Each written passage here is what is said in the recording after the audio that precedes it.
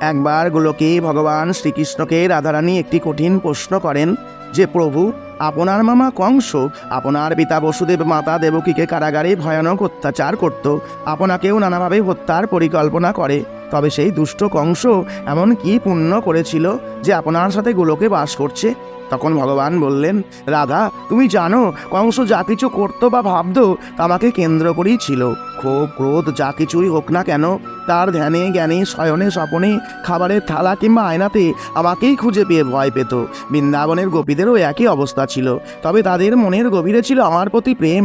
গোপীরা এবং কংস প্রতি মুহূর্তে আমাকে স্মরণ করত। যেমন ধরো, পরশ পাথর যদি অনিচ্ছাকৃতভাবে বা ইচ্ছাকৃতভাবে কোনো ধাতুর সঙ্গে স্পর্শ হয় বা করানো হয়, তাহলে সেই ধাতুটি সোনায় পরিণত হয়।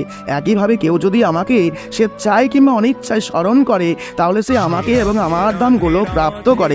ভগবানের আশীর্বাদ পেতে বলুন রাধে রাধে।